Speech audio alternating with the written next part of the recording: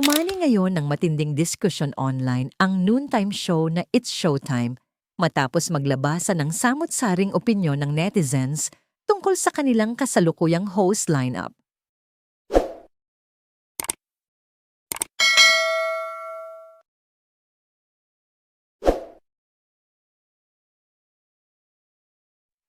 Sa social media platform na X, naging mainit na usapan ng umano'y sobrang daming hosts sa programa. Ayon sa ilang viewers, tila hindi na raw balanse ang dami ng hosts kumpara sa bilang ng segments ng show. Para sa ilan, nawawala na raw ang focus at pacing ng programa dahil masyado na itong crowded. Sa halip na mas maging dynamic, nagiging magulo umano ang daloy ng show dahil hindi lahat ng hosts ay nabibigyan ng sapat na exposure. Pero sino nga ba ang mga gusto pa ring manatili ng viewers?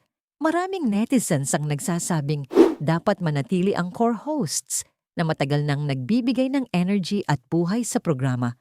Kabilang narito sina Vice Ganda at Ann Curtis, na ayon sa marami ay sila raw ang puso ng Showtime. Kasama rin sa listahan ng mga dapat manatili sina Jong Hilario, Bong Navarro, Amy Perez, Karil at Kim Chiu. Ayon sa viewers, sila umano ang may pinakamalaking ambag pagdating sa energy, hosting skills at audience engagement ng programa.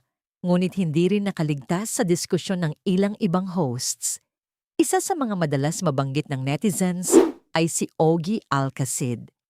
May ilang viewers na nagsasabing mas bagay umano siyang manatili bilang hurado sa TNT kaysa maging regular host ng noontime show. Napag-usapan din sina MC Mua at Lassie Marquez. Ayon sa ilang komento, tila umaasa lamang umano ang kanilang presence sa banter ni Vice Ganda at kulang pa raw sa sariling identity sa programa. Kasama rin sa pinagdedebatehan sina Darren Espanto at Ion Perez. May mga netizens na nagtatanong kung gaano kalaki ang naiaambag ng kanilang presensya sa overall format ng show. Maging sina Jugs Yugeta at Teddy Corpus ay nadamay rin sa usapan. Ngunit may ilang fans ang agad na dumepensa sa dalawa. Sinasabing matagal na silang bahagi ng identity ng Showtime, lalo na sa mga segments tulad ng Magpasikat. Sa isang viral na komento, sinabi ng isang netizen na kapansin-pansin, umano ang pagbaba ng energy ng show kapag wala sina Vice Ganda at Ann Curtis. Ayon sa netizen, hindi ba nakakaramdam si Vice at ang Showtime team na ang dami nang nakakaramdam na walang buhay ang show pag wala siya at si Ann? Isang matapang na opinyon, pero marami rin ang sumang-ayon. Sa kabila ng mga kritisismong ito, may mga fans din na nanindigan na hindi dapat basta-basta husgahan ang mga hosts. Para sa kanila, bawat isa ay may kani-kaniyang ambag sa dynamics ng programa, kahit hindi man ito laging napapansin sa harap ng kamera. Dagdag pa nila, bahagi ng charm ng It's Showtime ang pagkakaroon ng iba't ibang personalidad na nagbibigay ng iba't ibang kulay sa show.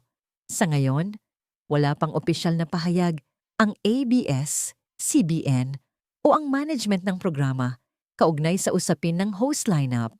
Kaya naman nananatiling haka-haka at opinyon pa lamang ng netizens ang lahat ng ito.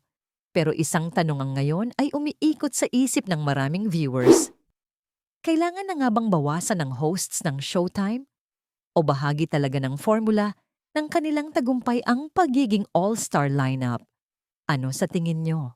Subscribe para sa mga susunod na ulat at chismis. Click sana!